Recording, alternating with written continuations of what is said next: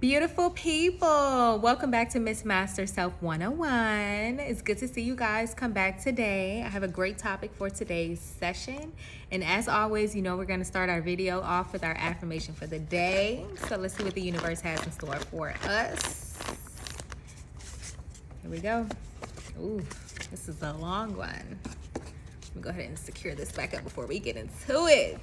All right, guys, today's affirmation is about building confidence. To build confidence, hold a mental picture of you successful. So that means visualize yourself successful, whatever that looks like to you. Don't build up obstacles, minimize them. So this means kind of what we've been talking about. Skew your perspective. Instead of looking at things as they are negative, look at things as how they can be positive. Don't copy others. We already had a video about this. Be you unapologetically. Individuality is sexy. What to say? Counselor to discuss inferiority or self-doubt. So this means if you have any kind of feelings of self-doubt, any low self-esteem issues, self-hatred issues, self-sabotage issues, seek counsel. Either talk to somebody who you trust, like a good friend or family member, or take it to a professional level. Get a therapist. There's nothing wrong with therapy. Therapy is here to help us. Therapy is here to help us figure out what's going on inside our brains. To build confidence, use daily affirmations. Now, at this point, y'all already know how I feel about affirmations. We are literally going through one right now. Love daily affirmations because they are the quickest way to get first into our conscious mind, and then second to sink down into our subconscious, where that's actually what moves things. If you know, you know. And lastly, to build confidence, make an estimate of ability and then raise it by 10%. So this is how you're going to be developing your own self-respect. So you're going to make an estimate of your ability, right?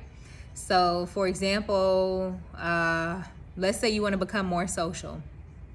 So to make an estimate of my ability, I'm going to say, I'm going to be able to go out to a social networking event and I'm going to talk to 5 people. I'm going to just walk up to 5 people and talk to them. I never do that, right? So that is me making an estimate on my ability.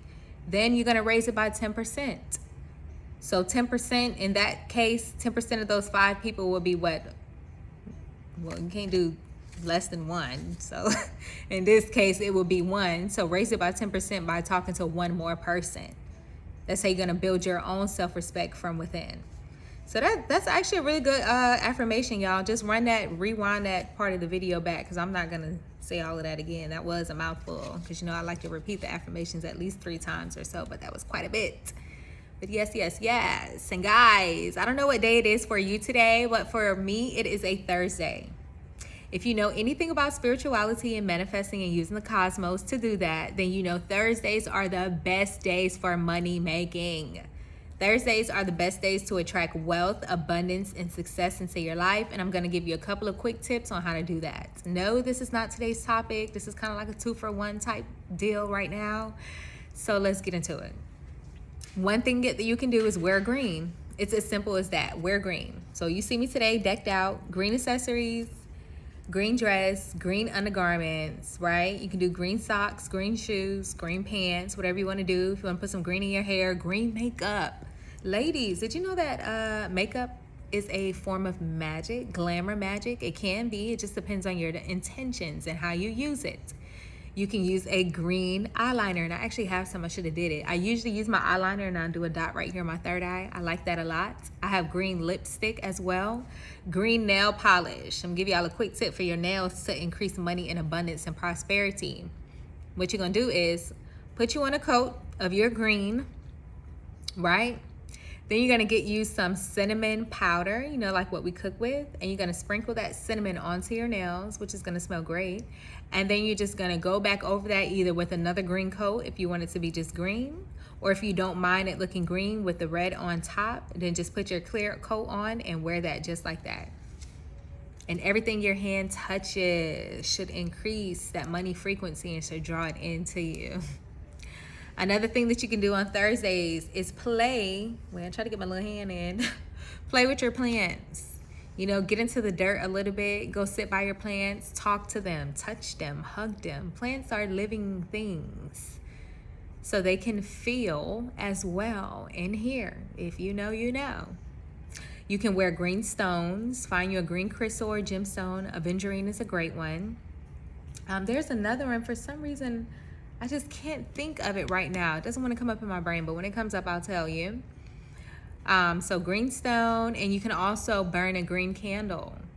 Walmart sells green candles, so does the dollar store. But at Walmart specifically, they have this lucky green candle. You can burn it. Before you burn it, put some intentions into it. You just say what this is going to be for. You look at the candle, you touch the candle, and you put your intentions into it on what it's going to be for, and then burn it. As simple as that. Quick and easy. Try it out on a Thursday and see how it works for you. May the universe bring you much abundance, luck, prosperity, opportunity, money, wealth, and good health. Period. Okay. So guys, today's session is going to be about discernment. This video is not going to be long today, but it's going to be a shorty but goodie. Discernment. We're going to talk about what discernment is, examples of it used in like daily life, and how to increase your discernment. I'm going to do this video today in 2 parts. For the first part, I'm going to discuss what discernment is to me, my perception, my definition of it. And in the second part, we're going to do some research on our own, because research is always your best friend, right? So before we get into the session, as always, if you are enjoying the content, please like this video. Don't be afraid to comment, share with a friend, subscribe, and turn on your post notification bell so you don't miss out. All right, y'all, so let's get into it. Discernment to me is basically, to sum it up, if you know better, do better. I feel like discernment is when you live life, you go through these experiences, and you learn these lessons. You know how everything in life is like a lesson or a blessing, and it's sometimes both. I've always felt like that. So we go through life and we learn these different lessons, but are you really learning the lesson and actually applying it to your everyday life now in the present? I think that's what discernment is. It's learning your lesson and always keeping that in your conscious so that you'll be able to like pinpoint it out. You'll be able to see it immediately in your everyday life and hopefully use it to your advantage. That's transmuting, using what was something negative before, so it was a lesson before, and now you're going to turn that lesson into a blessing for you in the present. So to me, that's what perception is. I feel like it's using past experience to prevent the same occurrences in the present. Using discernment keeps you out of trouble. It forces you to pay attention, to observe, and to feel. And guys, when it comes to feeling, I want to stop here for a little moment, because feeling, people just don't understand how strong that is. You ever met somebody and they were talking and telling a story, they were like, I don't know, something just didn't feel right about this person, or something just didn't feel right about this opportunity, so they never did it, and then it ended up being for the good? Yeah, that definitely was not a coincidence. Discernment, right? Your feelings, I want to say, is going to be a tool used in discernment. And your feelings can actually alert you in this physical world, right? It's not something that's just spiritual. It's not just something that you feel inside of your intuition, right? Sorry, y'all, I had to fix that. But your feelings are something like sensors. They're kind of like your antennas. So when I say that, hear me out. When you are in a situation where you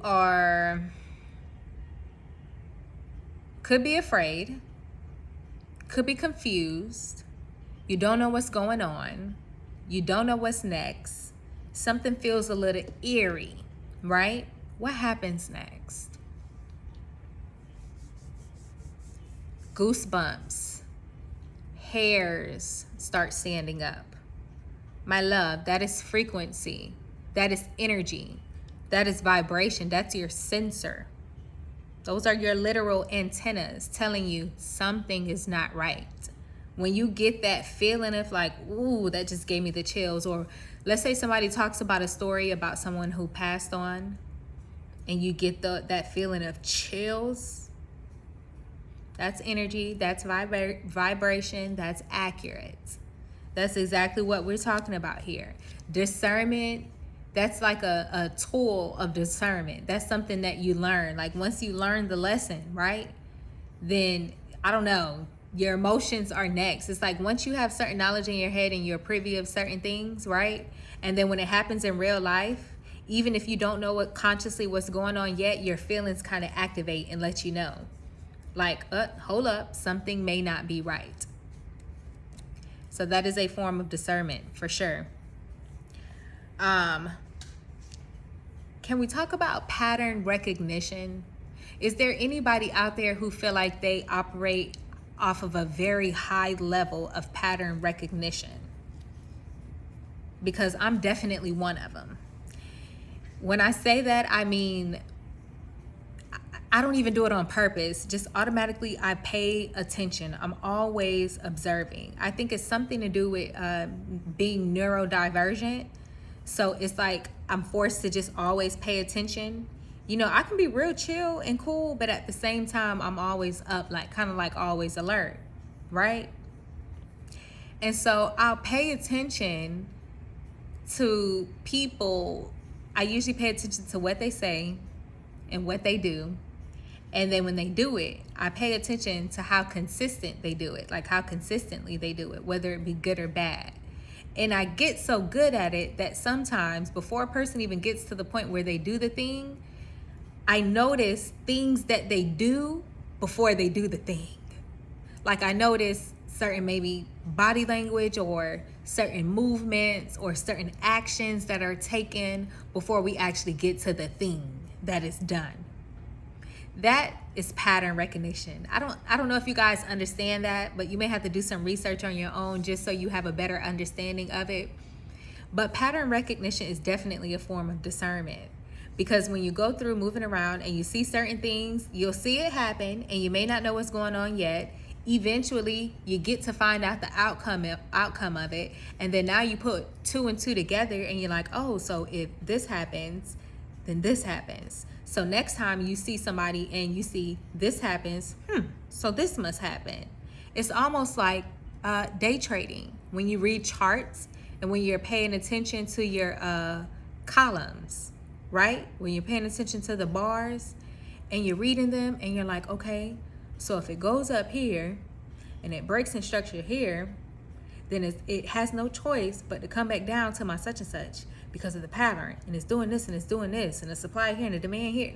I don't know if you know about those terms, but if you into trading, then if you know, you know. It's the same exact thing. You pay attention, so you know when this happens and this happens, that happens. Okay, so when this happens and that happens, that happens. What happens before this happens? I pay attention to what happens before this happens, and then this happens to this happens, and that happens. Did y'all get that? Did y'all? I know somebody got that though. I'm just saying that is a form of discernment, because now moving forward, you can almost predict the future because you've already paid attention and seen that, okay, I've seen this before, and no, it's not always 100% right. I will admit that up front. It's not always 100% accurate, but 9 times out of 10, it is very accurate. So y'all, if you don't know anything about pattern recognition, maybe you should do some research and watch some videos on it, and then try it out for yourself and start paying attention and observing more and see how that benefits you. I'm telling you, it will. So y'all, I really been using discernment for a long time. I'm not even gonna hold you. Before I even knew what discernment was, and before I even understood how to actually use it to benefit me, I was already doing that. And I have an example. A lot of the time, examples help us to understand better, so let's do it. Okay, so a previous job. Yeah, let's talk about that one. A previous job that I was working at before, right? You know, when you first start the job, everybody is all happy and chippery and nice and kind, and it seems like a really good environment. And that's what I was thinking. I'm like, okay, it's really chill. People seem to be themselves, and, they're comical, and they understand the dark humor. This might be my type folks, right? Okay.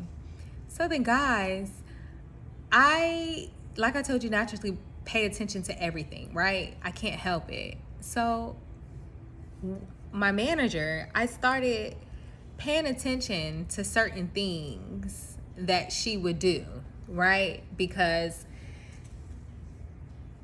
it just didn't make sense to me. Like, for example, when I first got to my job, I told her some information about what I did for the weekend, right, y'all? And the information that I told her was very, very specific, and it was out of the ordinary and very much so eccentric, right? I guess she can hold it to herself, but she ended up telling another coworker. And mind you, this is a manager, and the coworker is like on the same level as me. So we're all in a team meeting, right? And I hear the guy blurt out the place that I just went to. This is all in the same week. And I'm like, oh, observing. So I'm like, oh, so he just blurted. There's no way possible that would have, I'm telling y'all. And I'm on YouTube, so I really don't want to discuss that. But it was a weekend, and I had went out to this resort, and it was like a closed optional resort. And so I was telling her about it, and I told her the name of it, and the guy said the same exact name. So I said, okay, you gossip too much. You can't shut your mouth. I'm not going to tell you any more of my business. That was the first step, right? Okay, manager number one. Manager number two. We had this incident that happened with this lady who's working there, right?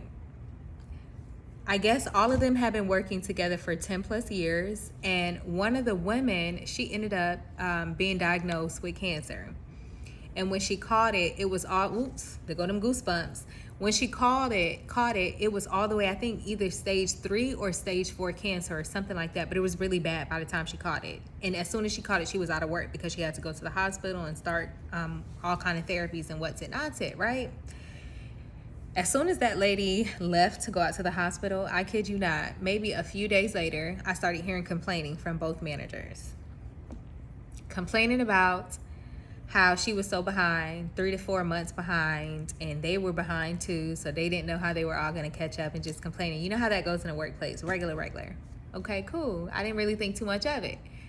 But then the manager number 2 came over to me one day, and I asked her what was going on with her because I didn't know. So I was like, hey, I noticed such and such hasn't been at work. Is everything okay? And she goes to tell me, well, she went to an appointment and found out that she had stage whatever cancer. And yeah, my husband knows about this kind of thing. And, basically she only has 2 months to live with this kind of thing going on. And, she was so behind on work and yada. But I was just so stuck on how dry and just emotionless that whole interaction was. Like, this is someone who you've been working with for over a decade, and she has cancer.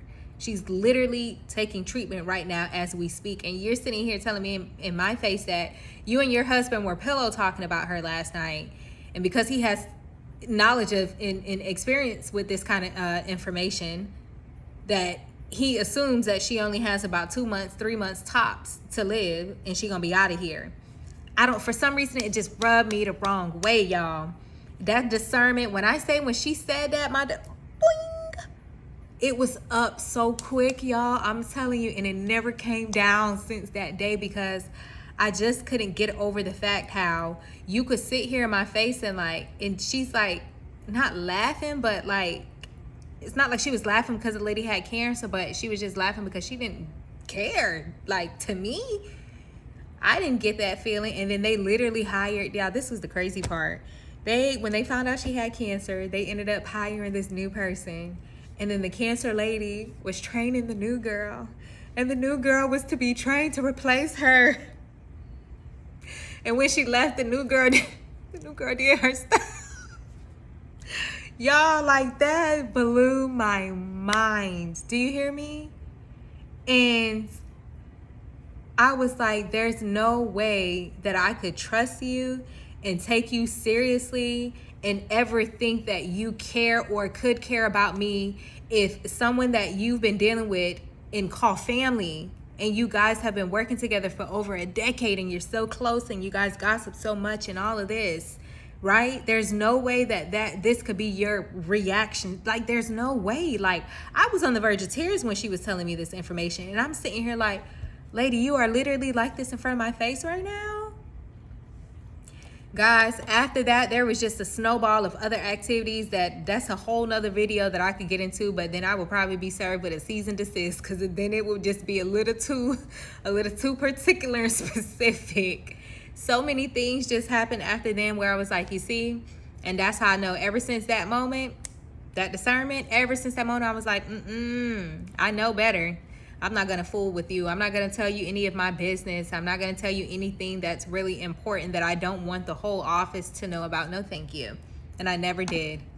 And that was interesting too. We're going to get, and that's going to be a whole other video about how to operate inside of these offices when they want you to basically kiss their rear ends. Absolutely not. All right, y'all. So that's my whole perception of discernment. For the second part of this video, I got this idea right before I started recording, and I was like, I'm gonna ask ChatGPT about discernment. So I did. So I kind of want to go through that with y'all, and I want y'all to hear the stuff that it says. And I promise you, this is literally after I did my talking points. Like, I already had what I was gonna discuss out, and then I was like, you know what? Let me research and see what ChatGPT, because I'm just now getting into it. I'm not really into technology like that, but so here we go. It says, discernment is the ability to perceive, understand, and judge things clearly and wisely,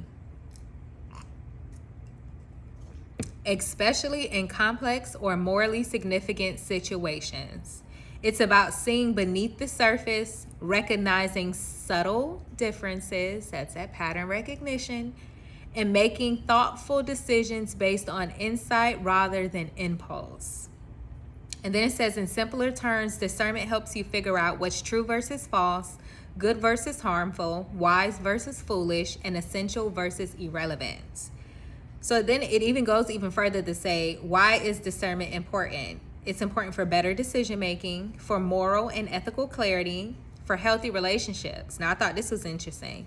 It says discernment helps you read people more accurately, who to trust, how to respond, and when to set boundaries. And if y'all listen to that example that I just gave you, I literally just told you I did not trust this lady. I didn't respond to her in any kind of way that gave any kind of specific or sensitive details about my life to them, since they wanted to tell the whole office. And I set boundaries. I said, you can know this much, but you can't know all of it. Period. It says, for an example, when you use discernment in a healthy relationship, it allows you to recognize manipulation versus genuine care. Ooh. It says discernment is important for spiritual or inner growth. It says discernment is essential to distinguish between ego and truth, or between what's from a higher source versus mere desire. Discernment allows you to avoid manipulation or deception. We're constantly exposed to information, advertising, and persuasion. Discernment filters out noise and protects you from being misled. For example, spotting fake news, scams, or emotionally manipulative influencers. Ooh, is that a word? Because heavy on the scams. Do y'all remember that scam likely phase that we went through? Do y'all even still get scam likely phone calls, by the way?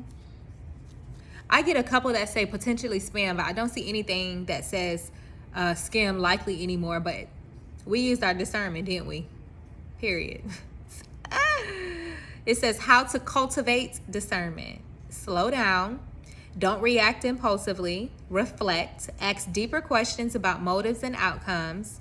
Learn from experience. Mistakes often sharpen discernment. We spoke about that. Seek wise counsel. Talk with people who show maturity and insight. Develop self-awareness. Know your triggers, desires, and biases. And then in short, it says, Discernment is like your inner compass. Oh, I love that a lot. Discernment is like your inner compass. Without it, you'll easily sway or be stuck. With it, you can navigate life with clarity, strength, and integrity. Okay, chat to the G to the P. Right? Chat to the G to the P to the T. Yeah. I be getting them acronyms. I be calling chat GPT, chat CPT, chat CPA. I said that one time.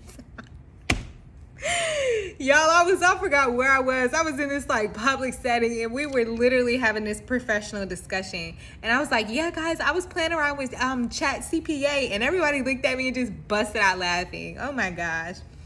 But yeah, y'all, so there you have it. That concludes today's video. We learned about discernment. We learned about what it is, how to use it.